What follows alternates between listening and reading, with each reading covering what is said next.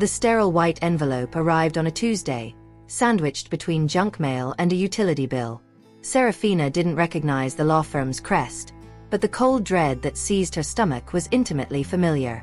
Inside was not a request, but a legal declaration. Her husband, Alistair, was petitioning for divorce, citing irreconcilable differences, and seeking full ownership of the small seaside cottage they had spent 2 decades renovating. Serafina was 65, a woman whose life had been a meticulous tapestry of sacrifice.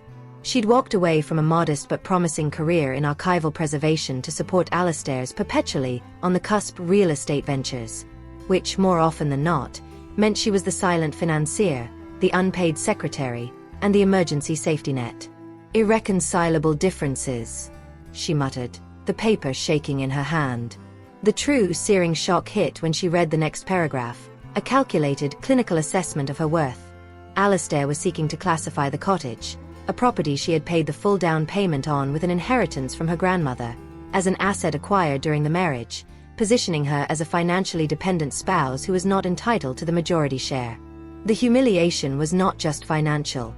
It was a brutal public erasure of her entire contribution. The front door opened. Alistair walked in, his face devoid of the faux charm he usually reserved for his clients, replaced by a smug, self-satisfied look that was worse than any anger. "I see the papers arrived," he said, tossing his cheap briefcase onto the antique hall table. "Saves me the trouble of a difficult conversation." "Alistair," Serafina whispered, her voice dangerously low. "We've been married for 35 years. 35. And you serve me papers through a lawyer? After everything?" He rolled his eyes. "Don't be so dramatic, Serafina. It's just business. Frankly, I should have done this years ago. I've met someone who actually understands my ambition. Someone who isn't always looking over my shoulder, criticizing my methods." "Criticizing your methods?" she echoed, her indignation beginning to boil over, scalding her throat. "Alistair, I saved your methods. Do you remember the Pelican Point disaster? The one you plunged every penny of your savings into, plus the $8,000 I'd saved for a new car? You begged me to bail you out, promising it was the last time." He waved his hand dismissively. "That was ages ago. Water under the bridge." "No, it was a debt," Serafina retorted, her eyes cold. "And I kept a record of every single drop of water under that bridge." She walked to the old mahogany desk in the corner, pulling out a slim, leather-bound ledger. This wasn't just anger, it was the meticulous accounting of a love that had been systematically exploited. "Let's quantify the abuse, shall we?" Serafina's voice was now sharp, clear, and steady. She flipped the ledger open. The quantification of abuse had begun. First, the initial cottage down payment. Your capital was tied up in future ventures, as you called them. $12,000 from my grandmother's estate in 1990. Not an investment, Alistair. A gift to our life, which you are now trying to steal. Alistair scoffed, leaning against the doorframe. "Inflation. Serafina. That number is meaningless now. It's the principle, Alistair. The principle of theft. Second, the $8,000 bailout for Pelican Point in '97. You never paid it back. Third, the 3 years I worked full-time as your unlicensed, unpaid assistant after your secretary, Daphne, quit, because you couldn't afford to replace her. Let's calculate my modest archival salary, $35,000 a year for 3 years, a conservative estimate of my lost earnings and labor, $105,000. She continued, "The number's a weapon. Fourth, the monthly loans, for your extravagant, failed pitches. Dinners, travel, tailored suits. Over the last decade, I estimate at least $15,000 in small, non-reimbursed amounts. Fifth, the $7,500 I liquidated from my separate retirement fund last year to cover the emergency mortgage payment you conveniently forgot about. The one that was going to cost us the house." Serafina looked up, her gaze pinning him. "Do you want to know the total, Alistair?" The total emotional and financial debt I willingly absorbed for a man who now calls me an irreconcilable difference. We are looking at a conservative calculation of accumulated debt and lost opportunity cost of well over $147,500. And your new lawyer is calling me financially dependent. Alistair's face finally lost some of its color. The sheer magnitude of the documented numbers, the raw total of his parasitism, had pierced his facade. You kept a ledger, he stammered. I may have walked away from archives, Alistair, but I never lost my love for meticulous record-keeping, she said, closing the book with a precise snap. Later that afternoon, seeking to process the searing injustice and the sudden, terrifying loneliness, Serafina drove across town to the modest apartment of her longtime friend and former colleague, Rowena. Rowena had always been Serafina's anchor in the storms of Alistair's schemes. He served me papers, Rowena, Serafina said, sinking onto the worn sofa. Rowena, a sharp-featured woman with an intimidating intellect, poured her a cup of strong tea. I heard. You heard? How? Rowena's expression softened with pity, yet hardened with an undeniable truth. Serafina, I ran into his business partner, Elias, at the library last week. He mentioned Alistair was exploring his options. And he said something else. Serafina waited, her hands wrapped around the warm mug. He said Alistair was worried about your mental state. Elias mentioned you've been acting erratic and overly possessive about the finances. He insinuated that Alistair was genuinely concerned for your health and that the divorce was a difficult necessity to protect himself from your financial scrutiny. The crisis of confidence descended like a cold, heavy fog. The betrayal wasn't just private. It was a calculated, preemptive public campaign to discredit her sanity and financial competence. He was painting her as the unstable woman whose erratic behavior forced his hand. He's setting me up to look incompetent, Serafina realized, the tea suddenly tasting like ash.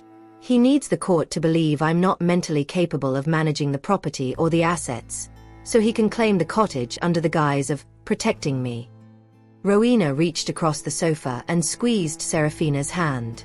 It sounds exactly like something that self-serving, narcissistic viper would do. But he made one mistake. He gave you time to prepare. That evening, Alistair called Serafina.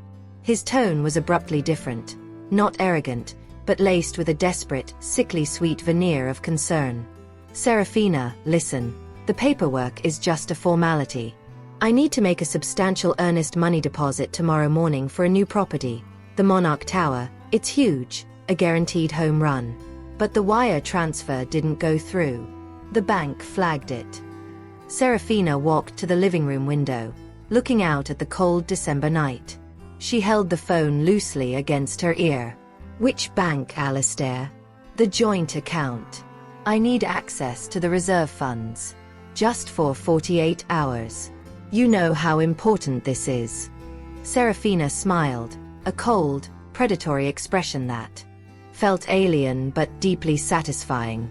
She didn't need to look at the documents to know what she had done the moment she'd closed the ledger. Ah, the reserve funds, she said softly. You see, I received a confirmation email this afternoon.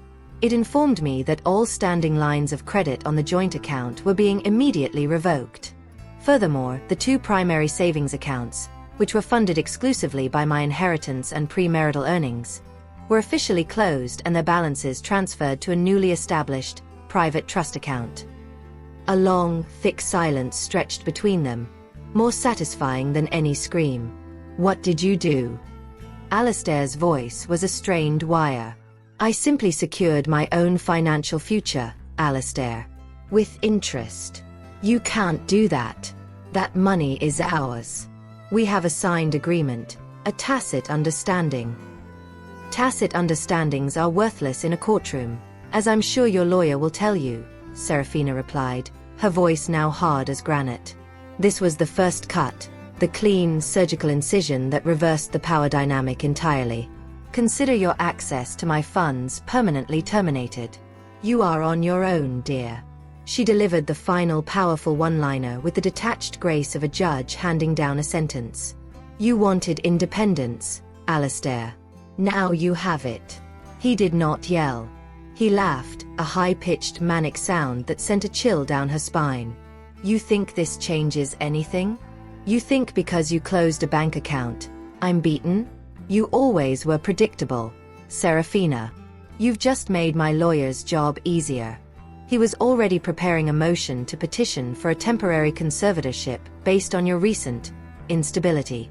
Now, with this obvious act of financial mismanagement, he's going to fast-track it. You just handed me the evidence, my dear. I will not only get the house, I will take control of every single thing you own, to protect you from yourself. The morning after the financial cutoff brought the promised, cold reality of Alistair's legal threat. Serafina was finishing her coffee when the doorbell rang sharply. She opened it to find Alistair, standing shoulder to shoulder with a man in an offensively expensive suit. Mr. Silas Thorne, a notoriously ruthless family law attorney. We are here to discuss the interim financial arrangements, Thorne declared, his voice like grinding stone. Alistair stood slightly behind him, radiating a mix of panic and manufactured authority. I have nothing to discuss with you, Mr. Thorne, Serafina stated, her hand gripping the doorframe. Any communication must be through my own counsel. Your counsel? Alistair sneered. Who, Serafina? That small-time probate lawyer you used 20 years ago? This isn't about divorce, Serafina. This is about protection. Mr. Thorne is preparing an emergency motion for temporary financial conservatorship. Thorne slid a stack of documents toward her. We have compelling evidence, Mrs. Serafina, of recent irrational financial maneuvers, the abrupt liquidation of joint assets, which, coupled with documented instances of emotional volatility, lead us to believe you are currently unable to make sound judgments regarding the marital estate. My client is seeking to gain control of all key assets, specifically the cottage and the trust accounts, to safeguard them from your impulsive behavior. Serafina felt the adrenaline rush of true danger. They weren't seeking money, they were seeking to erase her autonomy. The assets you liquidated were my premarital earnings and my inheritance, Serafina said, keeping her voice steady despite the internal tremors. My irrational maneuvers were the simple act of removing my life savings from the hands of an acknowledged financial parasite. Alistair stepped forward, his eyes blazing with furious entitlement. You are losing it, Serafina. You are destroying everything we built. I am giving you one last chance to reinstate the accounts, or we will proceed with the motion. We have a psychiatrist's note citing stress-induced paranoia.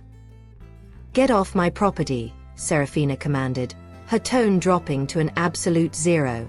The sight of Thorne, this well-paid orchestrator of injustice, standing beside the man who had systematically drained her life, solidified her resolve. You are trespassing. You have been served with divorce papers, and any further communication is an act of harassment. I will seek a restraining order immediately. She took one deliberate step forward, forcing Thorne to take a step back onto the lawn. I may be old, Alistair, but I am not incompetent. The man who can't hold a business venture together for 6 months without my emergency funding is in no position to assess my capacity for judgment. You will leave now, or I will call the police and file a complaint for attempted coercion and elder financial abuse. The term elder financial abuse hit them both. Thorne hesitated, recognizing the severity of the counter-accusation. Alistair, however, was past reason. You'll regret this, Serafina, Alistair spat, allowing Thorne to pull him back towards the car. You will lose everything. Alistair's choice of a scorched-earth attorney like Silas Thorne dictated Serafina's immediate next move. She needed the opposite. She needed an advocate who understood the moral dimension of the fight, not just the legal jargon. Rowena, her friend, provided the name. Attorney Cassandra Lathrop, known for specializing in complex family law cases, particularly those involving asset protection and financial exploitation. Cassandra Lathrop's office was quiet and modern, a contrast to the Baroque intensity of Thorne's style. Cassandra, a woman of 40 with eyes that missed nothing, listened to Serafina's quantified account. the ledger, the bailouts, the unpaid labor, without interruption. Mr. Thorne is using the oldest trick in the book, Mrs. Serafina, Cassandra said, leaning back. If they can't win on asset division, they try to win by declaring the opposing party mentally incapable of managing assets. It's an effective form of legal terrorism, particularly against women who have historically allowed their husbands to manage the primary finances. Can he win the conservatorship? Serafina asked, her fear laid bare. Not if we move faster and cleaner, Cassandra assured her. Your documentation of the loans and lost earnings is key. That ledger transforms his claim of your impulsive behavior into a documented, rational response to long-term exploitation. What you have experienced, Mrs. Serafina, fits the profile of spousal financial exploitation, a subtle but devastating form of domestic abuse, often categorized as elder financial abuse due to your age.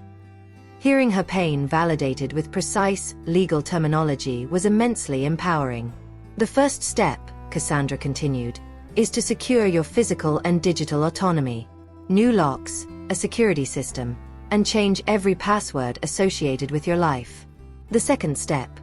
We file for a temporary restraining order, TRO, against both Alastair and Thorne, citing harassment and attempted coercion regarding your financial independence. We must document everything, Mrs. Serafina. Every call, every attempted visit, every email. They want to paint you as erratic. We will paint them as predators. Serafina spent the next 2 days acting with focused intensity. She changed the locks on every door, installing a new, tamper-proof security system that monitored all entrances. She opened new accounts at a different bank across town, severing all lingering financial ties to the institutions Alastair favored. The need for emotional support led her to her social ally, the Army, an informal but powerful network of women she knew from her community garden club. She sought out Mrs. Eloise Vance, a woman whose sharp wit and resilience were legendary within the club. Eloise, a nonagenarian who had seen and fought her own battles, listened to Serafina's tale over a cup of tea, her face etched with grim recognition. Conservatorship? That's the ultimate coward's move, Eloise stated bluntly, stirring her tea. It's not enough for him to leave you. He has to leave you destitute and silent. It's about dominance, dear. About proving that without him, you are incapable. I'm terrified they'll succeed in court, Serafina confessed. Eloise placed her hand over Serafina's. You have the ledger, Serafina. You have the truth. And you have us. We know you. We know the sacrifices you made for that man. And we know his history of being perpetually broke and perpetually self-important. This garden club has seen 2 wars and 3 financial recessions. We are a mighty army when one of our own is attacked. Eloise's validation was a transfusion of strength.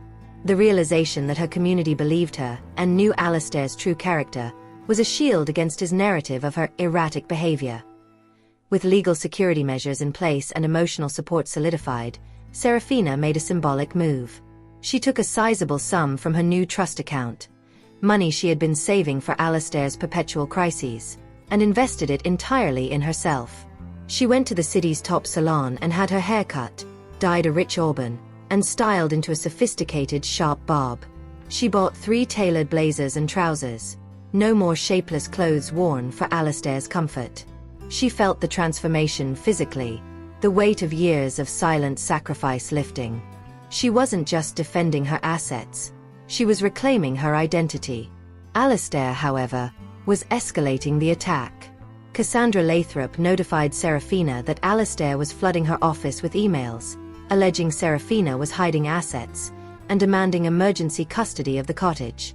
His aggression was boundless, resulting in 3 attempted, unauthorized visits to the house, which were all captured on Serafina's new security cameras. We have enough evidence for the TRO now, Mrs. Serafina, Cassandra said. His behavior is textbook harassment.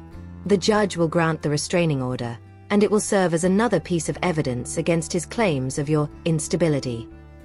Stable people don't need restraining orders against them. Unstable people file them. But Alastair had one last, desperate card to play before the TRO was served. One evening, Serafina received a call. It wasn't Alistair or Thorne. It was an unfamiliar number, and the woman on the other end introduced herself as Ms. Helen Carver, a social services investigator, claiming to be following up on an anonymous report. Mrs. Serafina, we have received a complaint alleging potential self-neglect and financial vulnerability due to increasing cognitive decline. We need to schedule an immediate visit to assess your living situation and your capacity for independent living. The confrontation with Ms. Helen Carver, the social services investigator, was the most psychologically taxing moment of Serafina's battle yet.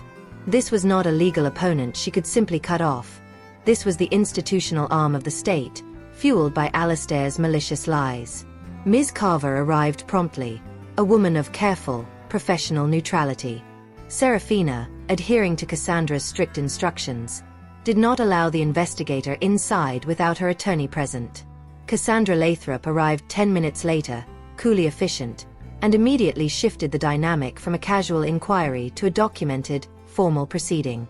The institutional attack and reversal began in the living room, where the atmosphere was thick with unspoken judgment.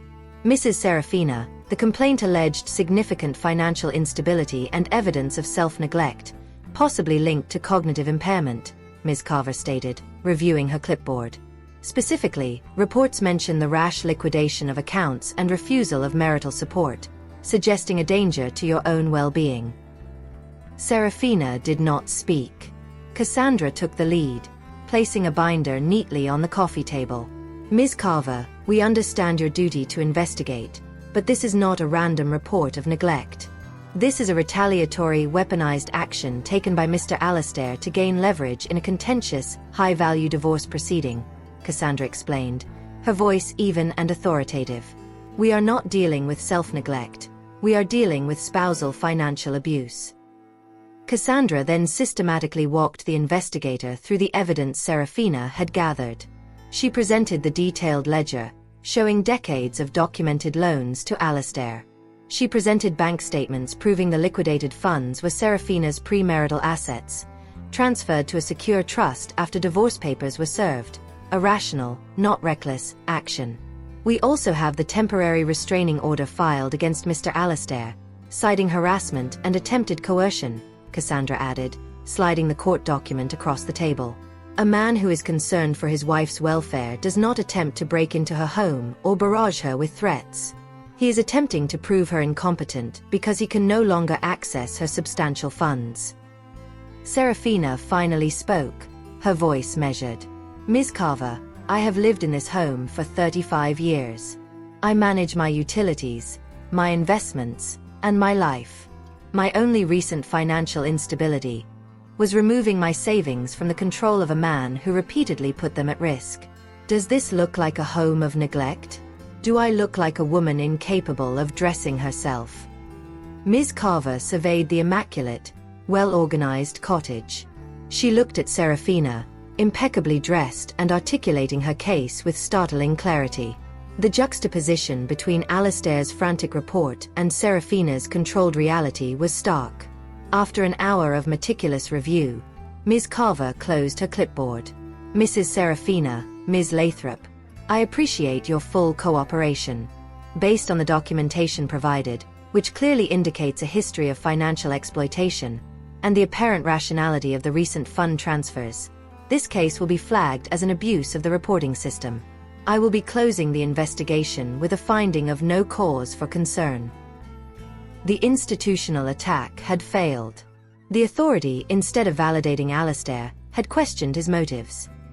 Alistair, reeling from the TRO and the social worker's rejection, grew more desperate.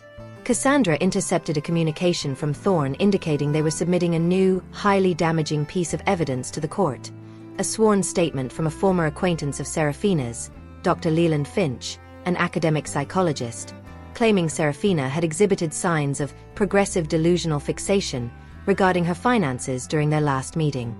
This is a lie, Serafina gasped. I haven't spoken to Leland in a year, and we only talked about the garden club. Alistair needs something to offset the social services report, Cassandra explained. He's falsifying or distorting evidence. The only way to neutralize this is to get Dr. Finch to retract his statement publicly. Serafina knew Dr. Finch was financially naive and easily manipulated. She also knew he had a deep, almost debilitating fear of public scandal. Serafina arranged a private meeting with him at a neutral location. When she confronted him, Dr. Finch looked utterly miserable. "Serafina, I didn't lie exactly," he stammered, twisting his wedding ring.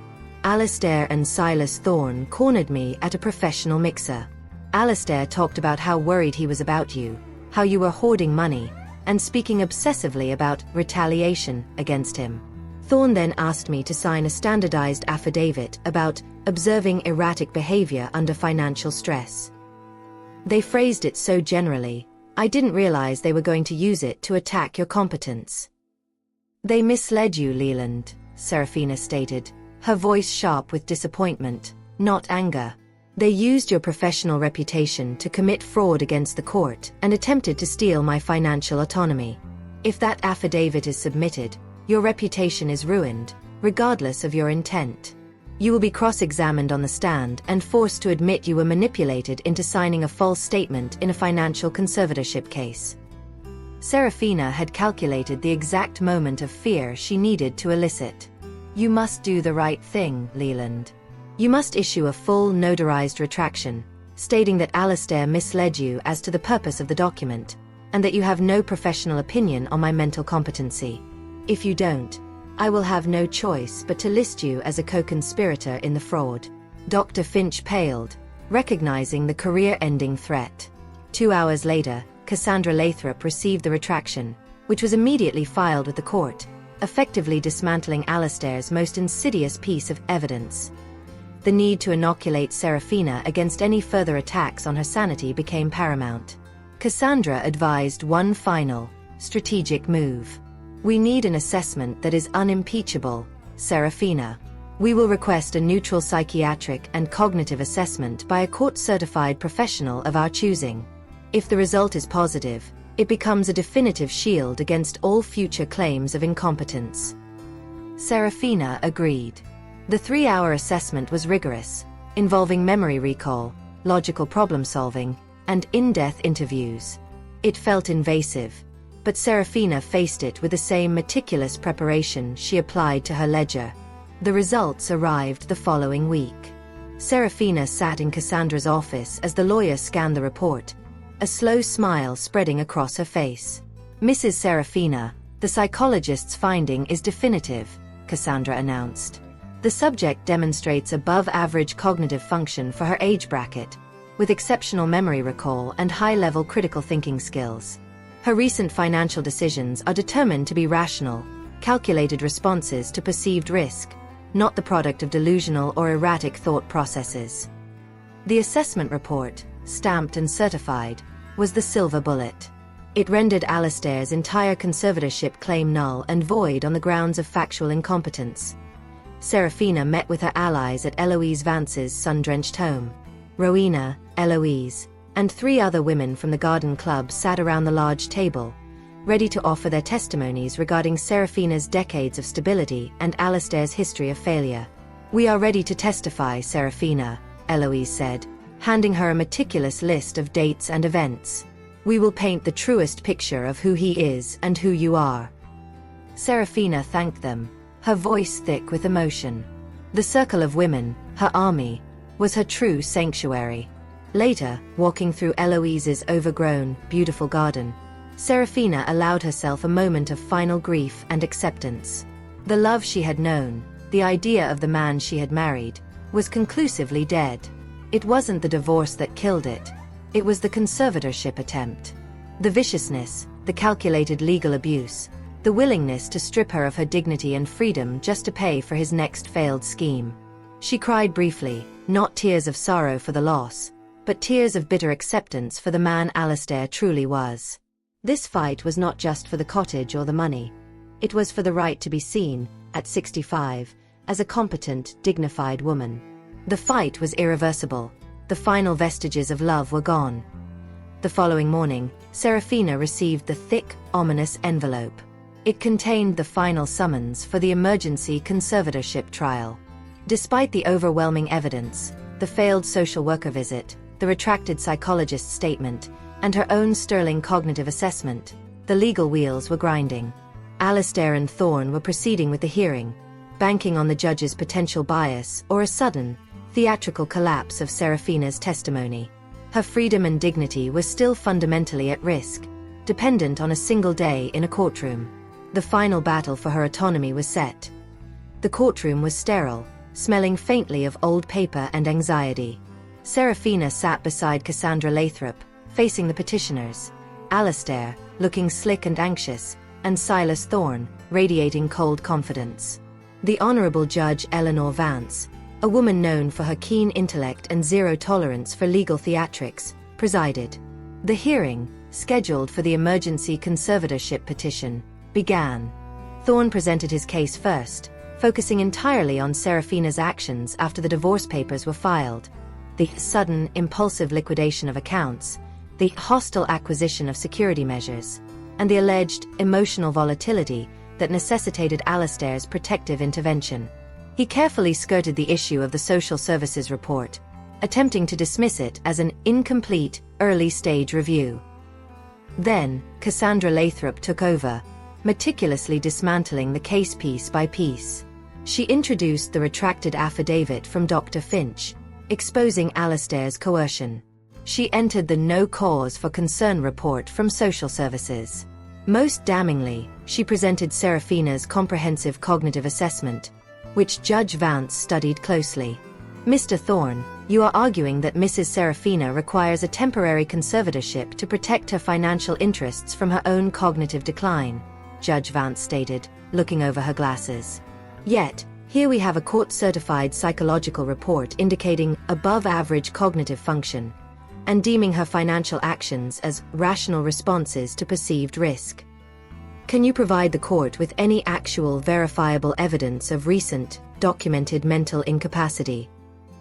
Thorne stammered, forced to rely solely on Alastair's self-serving testimony and his partner's manufactured distress. Finally, it was Serafina's turn on the stand. Cassandra guided her through the decades of financial sacrifice, culminating in the quantification of abuse from the ledger.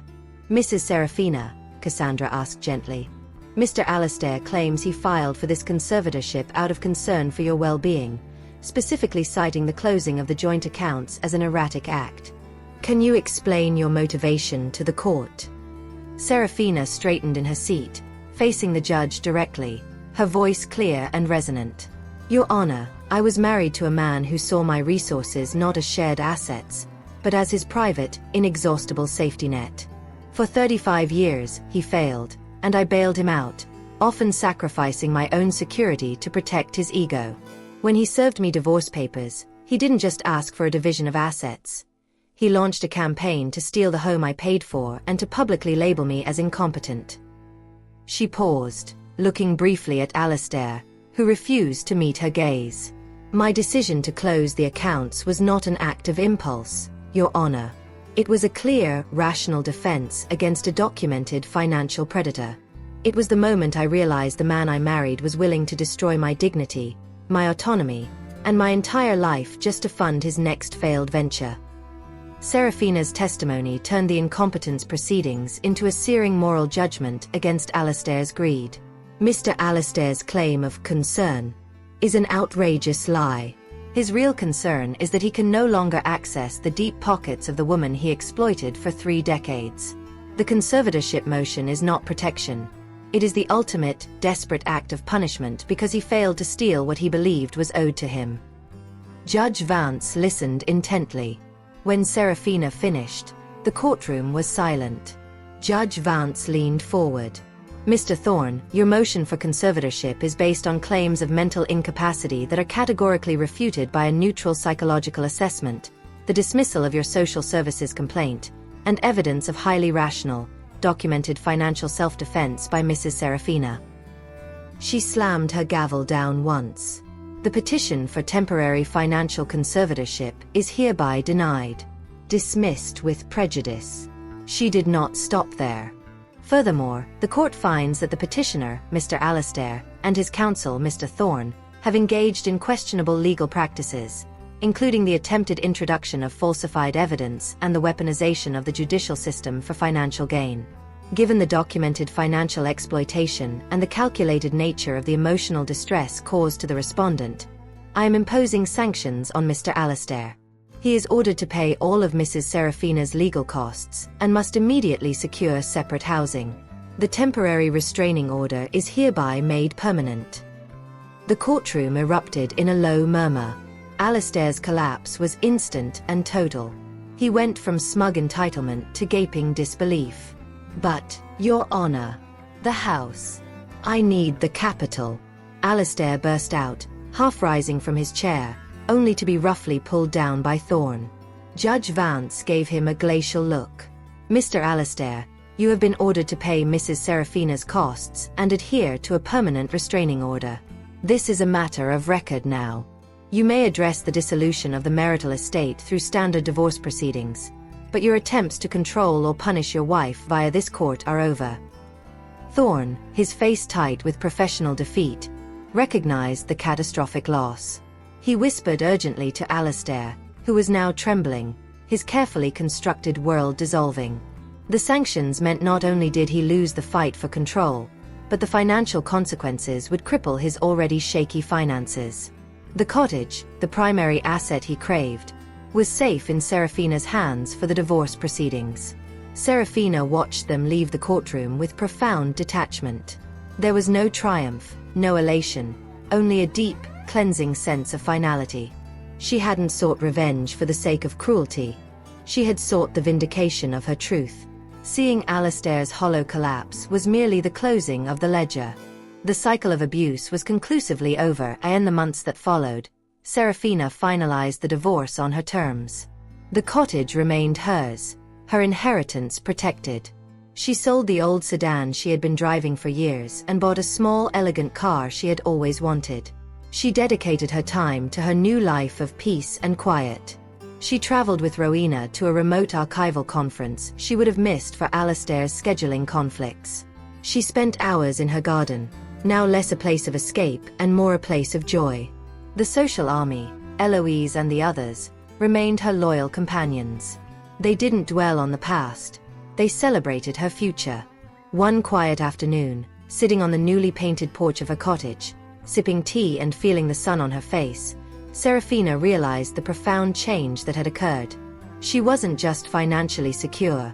She was autonomously free. Her vengeance hadn't been an external, destructive force. It was the internal, constructive act of recognizing her own worth and demanding the world recognize it too. She looked at her ledger, now used only for budgeting her own hobbies and travels. The final moral of her story was etched in that self-determined peace. True freedom isn't the absence of conflict. It is the absolute, unyielding right to choose who deserves your time, your energy, and, most crucially, your money. When you choose yourself, you win. The voice changes slightly, becoming the familiar, direct tone of the channel's host, Amália. And that is Serafina's story, a story of the ultimate betrayal, where the promise of "in sickness and in health" became a calculated attempt to erase an identity for profit. She was told she was erratic, unstable, and incompetent, but her ledger proved she was simply accurate. And her fighting spirit proved she was unbreakable. The conservatorship maneuver is a horrifying reality for many, a tool of legal abuse that seeks to silence the vulnerable. But Serafina showed us that documentation is power, validation is key, and the strongest defense is a calm, unwavering assertion of the truth. Did this story resonate with you? Have you ever faced a moment where the person you loved most tried to steal your autonomy? What would you have done when the social worker came to your door, ready to judge your sanity? Let me know your thoughts and insights in the comments below. Your experiences matter. And if you believe that every survivor's journey deserves to be heard, don't forget to like this video, share it with someone who needs to hear this strength, and of course, subscribe to the Amália Diaries. Until the next story of wisdom and vengeance, stay vigilant and stay empowered.